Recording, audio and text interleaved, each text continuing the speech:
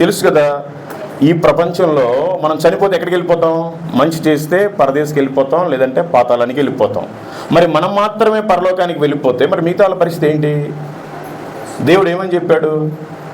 మనం ఏం చేస్తున్నాం గమనించాలి. అనేక మందిని మనం చివరి దినాల్లో ఉన్నాం కనుక అందరికీ సువార్త చెప్పి తీసుకొని రావాలి.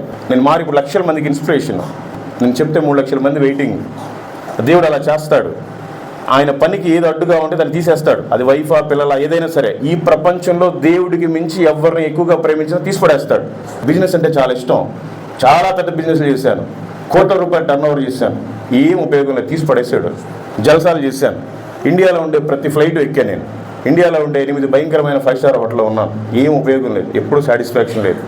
అలాంటిది ఎవరికైనా ఒక్కరికి సువార్త చెప్తే ఎంతో సాటిస్ఫాక్షన్. ఏ క్వార్టర్ ముందైనా నాకు అంత సాటిస్ఫాక్షన్ రావాలి. ఒక్కరికి దేవుడి మాటలు చెప్తే చాలా తృప్తి. అందుకని మీరు కూడా ఒకసారి సువార్త చెప్పి చూడండి, చాలా ఆనందంగా